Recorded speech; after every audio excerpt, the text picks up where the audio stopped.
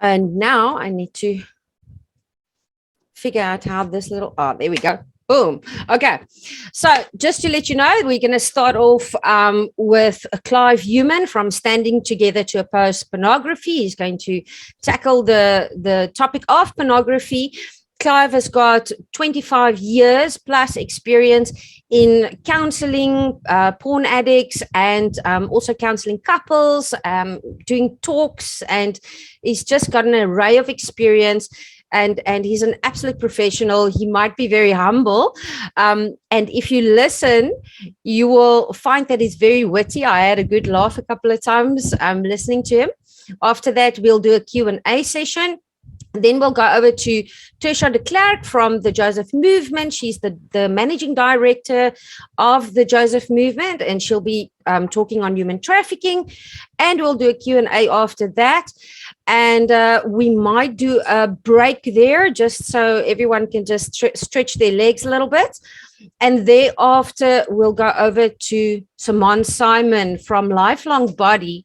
But she's also agreed to be a director for the Joseph Movement. And she's actually got a huge list behind her name. But let's just say she's also the chair lady for Mighty Women Global. She's also an ambassador for Arms of Mercy that works with children, mainly who has cancer. So yeah, just a wonderful woman, and she's going to bring a message of hope, and then we'll conclude from there, and just if there's anything that anyone still wants to ask or so. Just want to thank our partners, which would be then in our workshops case, Lifelong Body and Standing Together to Oppose Pornography, and sponsors who actually made this possible. Talisman Higher Strand came through for us big time, and they sponsored the Zoom subscription for us in order to be able to have these workshops and talks. And they also sponsored the editing software that we use to make the videos and make them look pretty and get the information out and create awareness online as well, not just in person.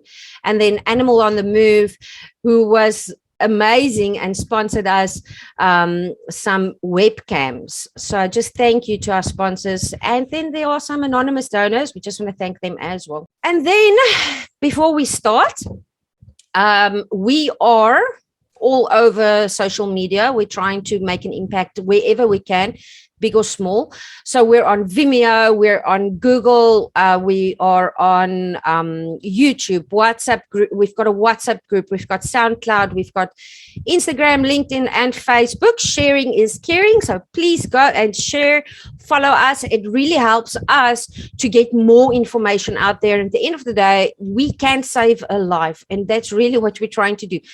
There are the number is there are 2% of people who are human trafficked are ever saved or ever rescued. So if we can prevent people from being trafficked in the first place, it's a win. It's a big win. So that's why we're trying to really get the information out there. And then please take a screenshot of this. If you feel moved in your heart to in any way donate to the cause, or today to donate to our petrol money or keeping the electricity going, then that would be really, really super. But just if you're moved to do that, thank you very much. So without any further ado, we are going to start with Clive today. He is going to speak on pornography. And Clive, I'm just going to hand straight over to you. Throw me under the bus. Okay, good morning, everyone. It's always a privilege and an honor to be able to chat to you guys, and just to know that there are people out there who really do care and do worry. But the first thing I would like to say, and often people try and debunk this one way or another, but there is such a close link between pornography, prostitution, and human trafficking that all the okay, I don't want to call them propeller heads, but all the top people who are dealing with this, whether they're NGOs, whether they're government organizations, they see a direct link between pornography, prostitution, and human trafficking. So I may be focusing on the pornography part of it, but indirectly it is so linked to all three of these issues. That the one just overlaps the other. And the most important thing I want to say from my perspective, speaking about pornography, and some of you may know people or deal with people, there's always hope. And that is what I want to say. Over the 25 years I've given talks of television, radio, you name it. I've been all over, and the hope that, and I've seen hundreds and hundreds and hundreds of men. Obviously I deal mainly with men because you don't counsel a woman in sexual issues. As I always say to my wife, lead me not into temptation, I can get there by myself. So it's just a matter of the men and youth that I've been focusing on. I speak at schools, I've debated at universities, on radio, everywhere like that. I have, when I can get an opportunity, I'll speak. So one of the things I'm still asked today, because I always try and bring this topic up to create discussion around it, because when it comes to sexual issues, pornography issues, often it's not spoken about. You'll talk about drugs, alcoholism, gambling addictions, and eating addiction, whatever it is. But it's almost like I like to call it the silent sin, because no one really talks about it. So I always like to try and open up and bring it in. And one of the things people say to me, or people I meet, and say, so what do you do? Well, I do a bit of counseling. Oh, really? What? And I'll say pornography addiction. What? You can get addicted to pornography. People don't realize how addictive the substance is and the effects it's having, not only on you and I, but on youth, because never before in the history has a society been so bombarded with sexually explicit material than what we are right now in this world. So I have to try and define a porn addiction for people. And so, everyone knows addiction, but a porn addiction, it's repeated return to the material and becoming emotionally dependent to the point where it starts interfering with your daily life, with your relationships, with your ability to function properly in society. You move from wanting it, where, you think, okay, well, now I can plan it. No, everyone's out. I can go and do a cake here. But then you start needing it because, and we'll get into that, the chemicals in the brain are just saying, hey, dude, I need to be back up at that level. Come, let's do a cake, that type of thing. So it's a matter of understanding that this is a full-scale addiction. And also what the guys who study brain and brain chemicals and all the different scans they do, it's their opinion that they say that a pornography addiction is a more difficult addiction to break than a drug addiction or an alcohol addiction, because they say there are more chemicals at work in the brain when you are looking at pornography than if you're just drinking, and I'm not trying to undermine the addiction to alcohol and drugs, but I'm just saying that is why they say it's a very, very difficult addiction to break. And I mean, I read a statistic somewhere where they said that pornography addiction is, or alcoholics, 65% they feel are addicted to pornography as well because of the alcohol issues which it creates. So they'll get their relief from pornography. And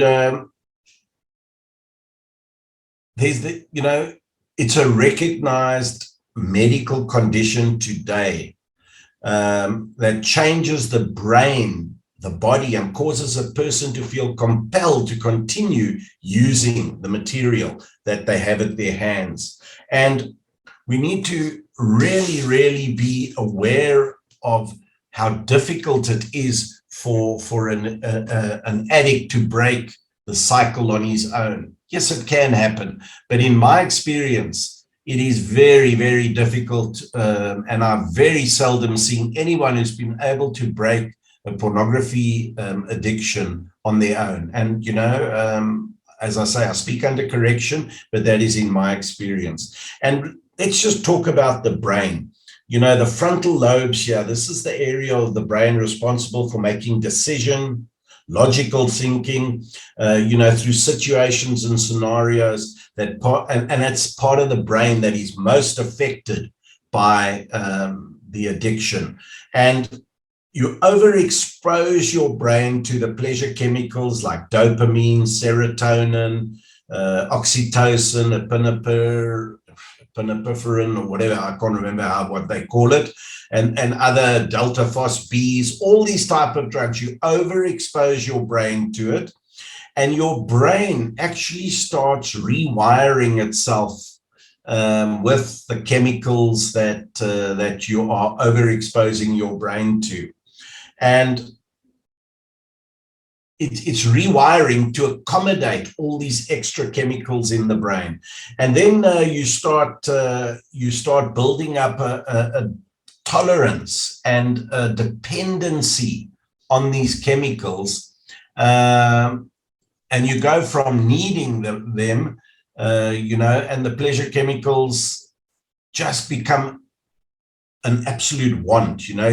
So from wanting them initially, you start needing them, and that's the dangers, you know. That's when you start stepping, that's where it starts escalating. And I will go into the 4 steps, the recognized 4 steps of the addiction. But you know, one of the things that I have seen in the many years of counseling, how it ruins relationships, marriages. And I've seen marriages broken up. I have, as I said, from a hope perspective, I've seen many marriages restored. I've seen, you know, this bondage, people being released from this bondage, because it is a bondage, and just being set free from this, you know, and being able to restore relationships, etc. So there is a lot of hope there. But it's said that one of the things that exposure to pornography does, it increases the marital infidelity rate by more than 300%. So if you're a person who's looking at pornography, the chances are that you will have an extramarital affair is 300% more likely with pornography in the relationship. And you know, when I speak to guys, I tell them, because they will say to me, so, but my wife and I, or my partner and I, we both watch pornography and that stuff. And I tell them that, do they realize that the woman in a relationship like that is 2 times more likely to have an extramarital affair than the man is? And they look at me, no way, because that is, the women want the emotional attachment as well. So just looking, you know, guys can just look at porn, do their bit, act out, and then move on. Whereas women generally, you know, because women are emotionally driven, they want the emotional attachment. And if they're not finding it in their relationship, the confines of a sound marriage relationship, they can go elsewhere and find it. I'm not saying everyone who looks at porn, every female, will have an affair, but the likelihood is 2 times more than what a male will do. And 56% of divorces involve at least one of the people having an obsession or an obsessive interest in pornography. And that's a statistic from the American Association of Marriage Lawyers or something like that. And porn desensitizes your interest in real relationships, because it's all smoke and mirrors, we all know. And as I say, I've interviewed people who've made pornography, producers. I've been on shows discussing this with people who've acted in it, with the females who've acted in it. And it actually decreases your want for a real relationship. You know, you want all the smoke and mirrors and that, you believe that, so you lose interest in your partner. It really does. It puts a split between them. And 40% of porn addicts, marriages end in divorce. That's also a stat that I got from the States. And 50% of people involved in cyber sex eventually lose interest in sex with a loved one. So that is where it is. They start visiting, and that's where the overlap with prostitutes and escorts and all these things happen. So it absolutely alters our behavior, and it's directly related to negative perceptions, attitude, and even aggression towards the opposite sex. And I'll get into that because, I think it was 82% of all pornography that they did a study on. They took the top, like 350 of the top selling, viewed pornography clips, and in 82% of it, there was physical aggression, violence, and degradation towards women. So if our children are accessing that, which they can at the click of a button on a cell phone or whatever, a developing brain is seeing that as normal sexual foreplay, let's put it that way. And that is totally wrong. And there's also 58% of porn addicts suffer financial loss. And that's also, I've got all if people want the, what do you call it, the references and that, I can send it all.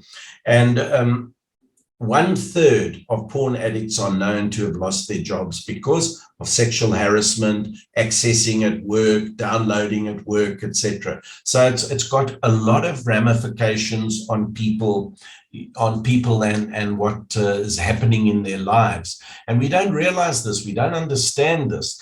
And, it gives an exaggerated perception of sex in society. You'd be driving in your car, and if you've been looking at porn, the woman in the car next to you in the traffic could be smiling at something someone says on the radio in the car or something, and you think she's smiling, and you start, hey, yeah, I'm in with a chance here. That perception that everyone is hypersexualized, that is just reinforced in this. And there's obviously a lot less trust in couples' relationships because of the promiscuity shown in pornography. So the trust issue, and how can you have a proper relationship if there's no trust? So those are some of the things. And one of the things, maybe I must just talk, let me go like this. Let me talk about some ways in which porn has, and this is through experience, I've seen this as well, some of the ways that pornography has negatively influenced relationships and marriages. As I said before, it increases infidelity, and that can irreparably harm a marriage. It's fake extremes distract users from enjoying real sex. It becomes a ridiculous scenario. And then people, and that's when couples, one of the partners will try and force their partner into doing something they're not comfortable doing. And that shouldn't happen. So, the sex that's portrayed in pornography is not real sex.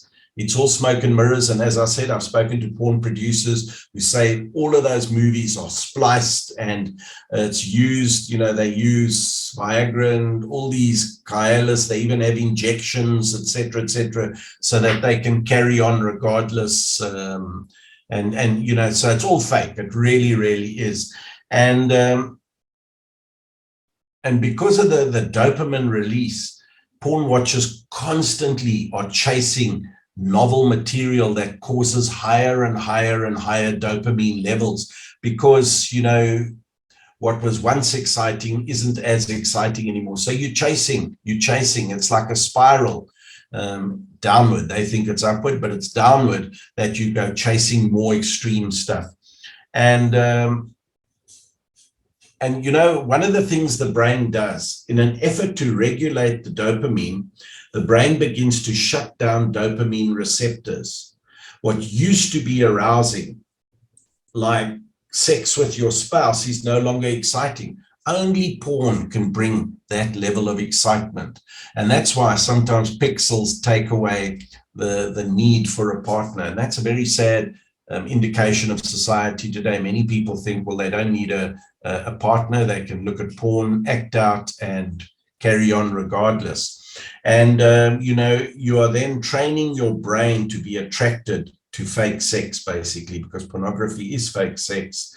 And it's all, okay, I won't get into all the technical bits about how, where, and what, but, all that fake sex that's shown in porn, the result is that it sexual insecurity.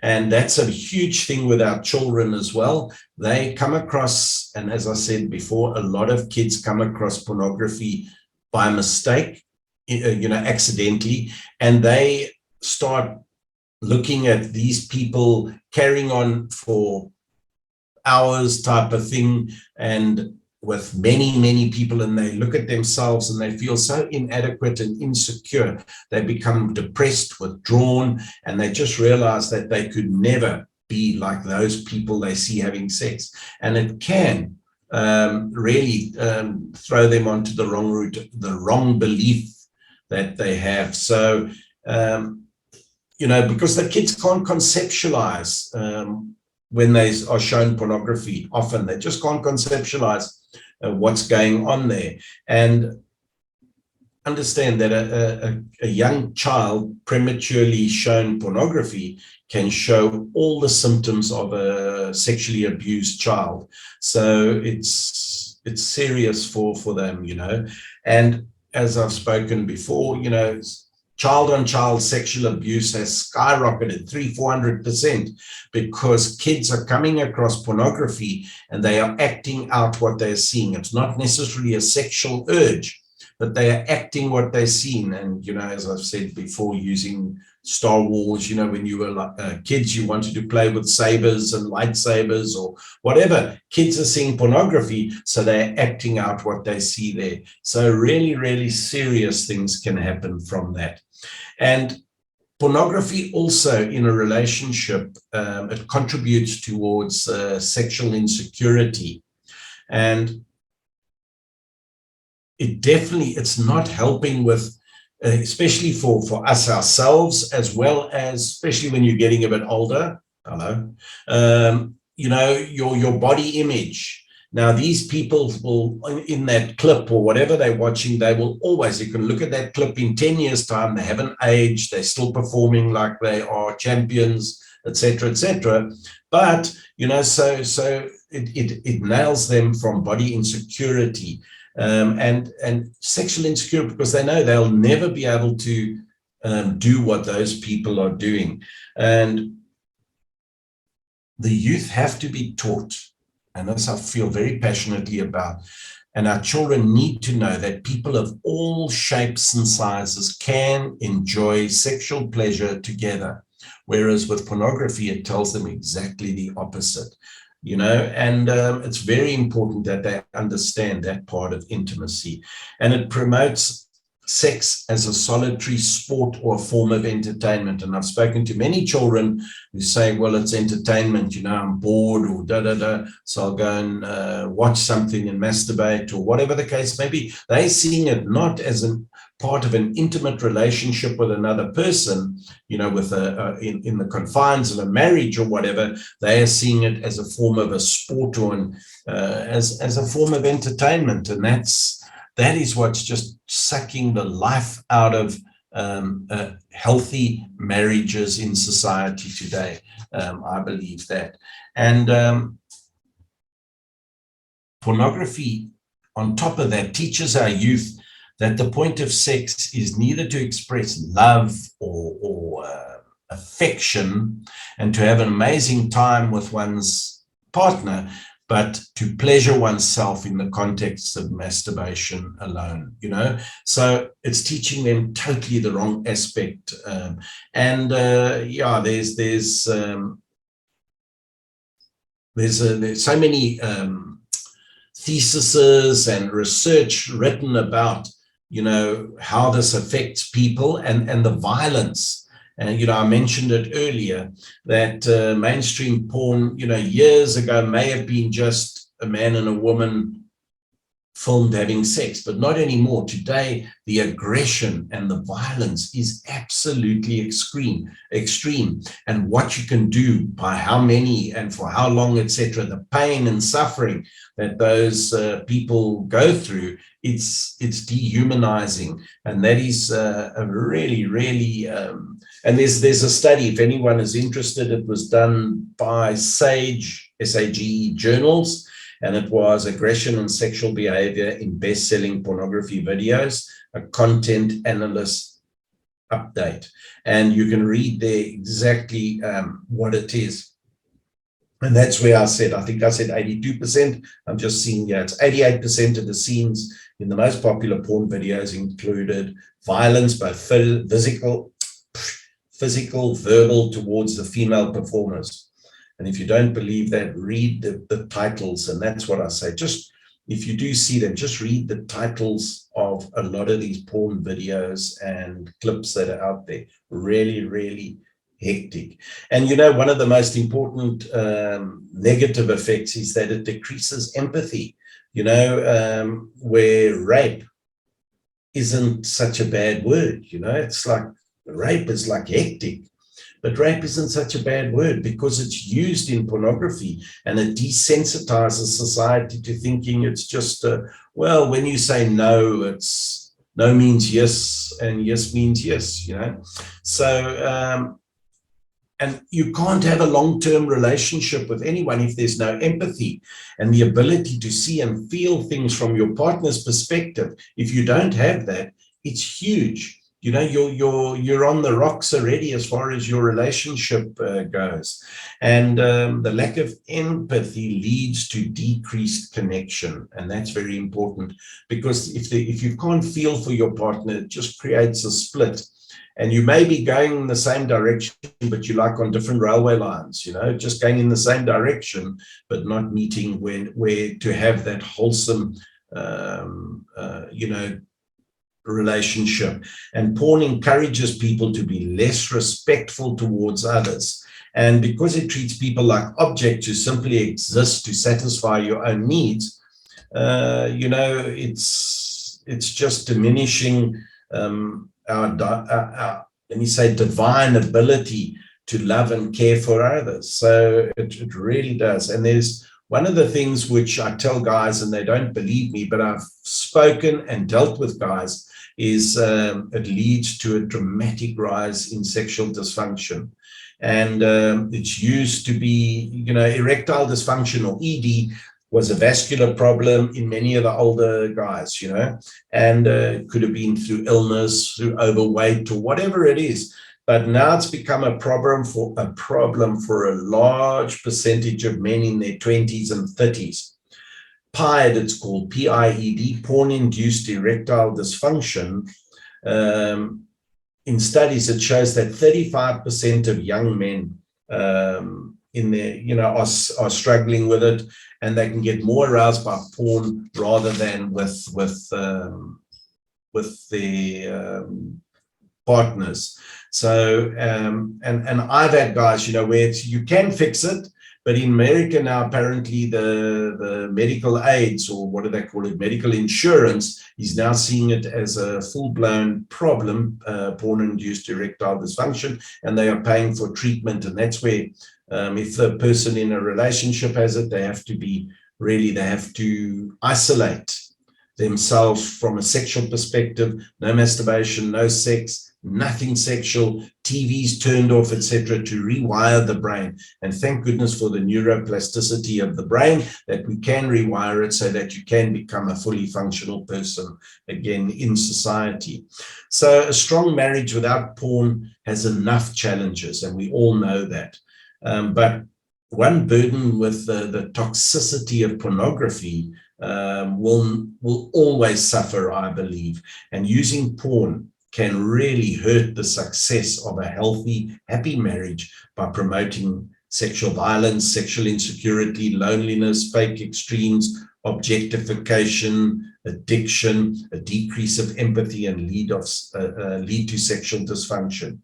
And it will hurt us, it will hurt our children, and it will really, you know, with our children not having a healthy future, your psychosexual development should be in a healthy space so that you develop naturally and not, you know, I always say porn is like having a really good book you've always wanted to read, and you go to the last chapter in the book, you read that before you start the book. That's exactly, I believe, what pornography is like. It's showing you everything where you should be exploring that in the confines of a healthy marriage. So I believe we should all do everything we can to develop our psycho, or the children, and our psychosexual development in a natural, healthy way. If you just want me to touch on the 4 stages of pornography addiction, you know, well, the first stage, you know, is it's the repeated return to the porn, and once the user gets hooked, they'll keep coming back for more and more and still more of the porn. And once addicted, as I've said, they cannot get rid of this dependency by themselves. They will need some sort of clinical or intervention to help them through it, and we can't say how long each step will take because each individual is different, but after that, you know, repeated return, that's with the dopamine and all those chemicals, it start needing more, so it leads to escalation, and that's the second step. And with time, you know, the addict will require rougher, more explicit porn to reach the same, or to achieve the same high. And it's that stage, you know, when, if you're married or have a partner, you eventually try and push your partner into doing increasingly bizarre and deviant sexual activities. In many cases, this results in breakup in the relationship when the partner refuses to participate. And after another period of time, and as I say, this can be over weeks, it can be over years, it just depends on the individual. But the third stage is then desensitization. This is when what was previously seen as gross and ugly now becomes acceptable. Sexually explicit material that was first repulsive, even illegal, over time is seen as acceptable. And the person really believes that this type of antisocial sexual activity shown is normal. They start believing what they're seeing, even if the activity is illegal, and that's where I'm talking about CSAM, or child pornography, or child sexual abuse material, and it goes, even if it goes beyond their personal standards and moral beliefs, people still get drawn into it because they are just, you know, they are training their brains. And then the fourth and final step, you know, after just repeated return, escalation, desensitization, acting out, that's the fourth phase. And that is the need to act out sexually what is being watched in the pornography.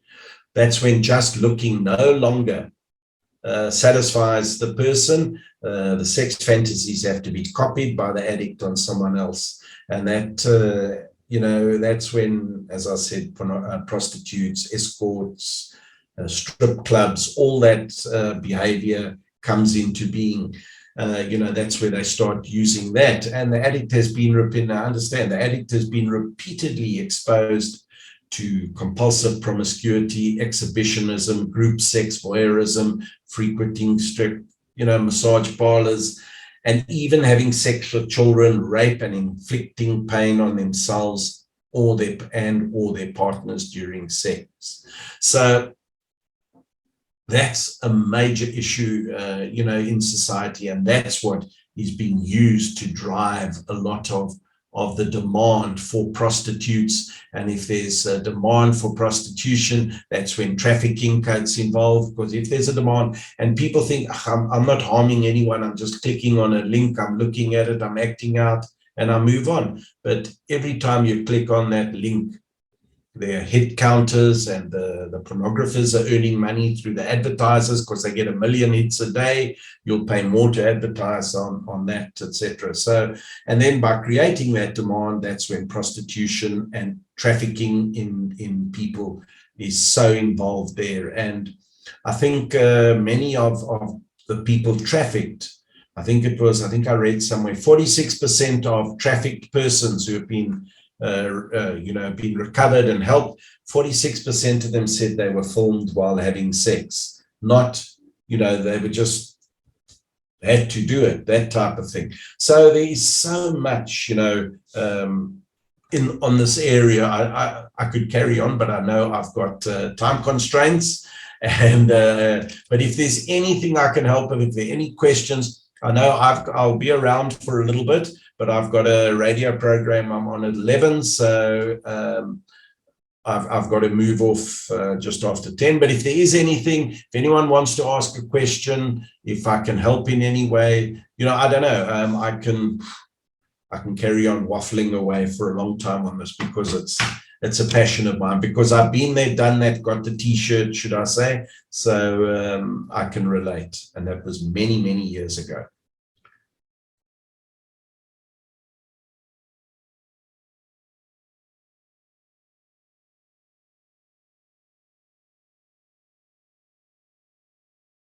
The thing you said there, you must want to stop it. And that's one of the ways of breaking the addiction. The first step is to wanting to stop it.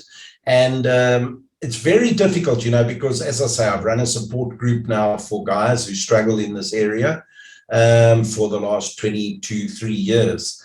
And one of the things they have to, they must want to stop it. Often they only want to stop it is because they get caught out, and their wives saying either sort it out, or their partners. Or I've had guys come to me saying they want to get married, with their girlfriend, they want to propose, they want to get engaged, but they don't want to bring this issue with them into the relationship. And that's fantastic. I always find that very refreshing. But so they must want to. And then number two, some of them have to put things in place, like they can't go to the beach anymore. Or if they do, they go to a beach where there's virtually no one else, maybe a few penguins or something, because of the way, that is a temptation for them. And each person gets tempted in different ways. So, and it's very difficult. And a lot of them say they're so pleased when it gets to winter, because then people are more covered up. And as I was saying, listen, I'm talking, this issue is a issue amongst females as well. As I've said, when I first started this, I think it was of confessed porn addicts, 86% were men, 14% were women. Today, it's about 70% men, 30% women. So it is a growing sector of the market. And that a lot, the females that I've spoken to in groups, etc., they say it's often, the way the media portray a female. And as long as they've, it's like, I've always wanted to have a six-pack. The closest I get is to the beers. Okay, steady on. But I mean, that's the only six-pack I've ever had, like he's from a bottle store probably. But, so the media portrays, whether these magazines and that, this beautifully proportioned female, etc., and as well as in pornography, there's so much touching up done, with these various things. So people look 100, they look like $1 million, but they're not actually. So that false portrayal, they feel inadequate, and they feel they'll never be able to stand in the same light. No one will like them. No one could fall in love with this, because no, and then you look in the mirror and you think, but look at that, so that is something which is hugely, I would say the result is that people feel inadequate, so they haven't got the confidence to go into a relationship. So they must want to. Then you've got to find out what your triggers are and put in a plan of action for that. Some people, it's stress towards the end of the month. Am I going to be able to? Will I? Won't I? Can I? So then you put in a plan of action, knowing this is towards the end of the month. We can put in a plan of action. Or, I had one guy who used to get home early on a Friday afternoon at, say, 3 o'clock, and his wife would only get home at 5 o'clock. And those 2 hours was a struggle for him.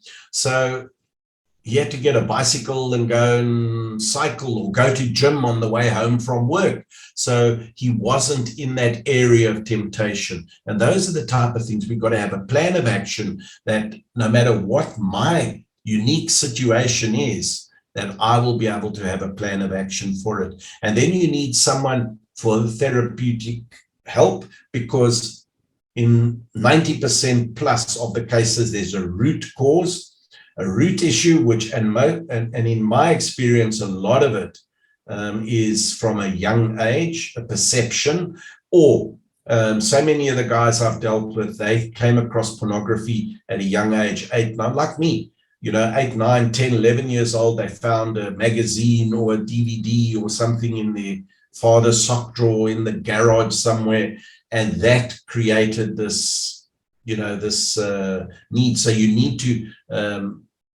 have therapy to deal with it. Why, what, how, the Dr. Phil stuff. So how did that make you feel? Why did it make those type of things, so that you can deal with that root cause? Because if you have this tree that's sprouting bad fruit, you can cut the fruit off and the tree's okay, but next season it's going to sprout that fruit again. So you have to cut the root.